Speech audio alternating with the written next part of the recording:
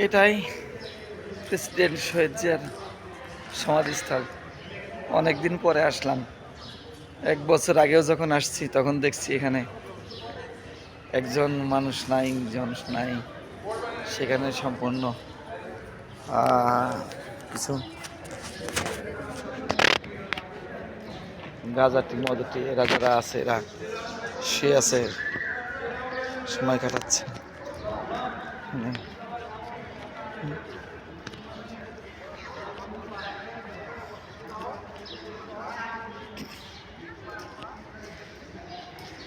আমি যদি সবাইকে একটু ঘোরায় ঘোরায় দেখাই তাহলে দেখতে পারবে।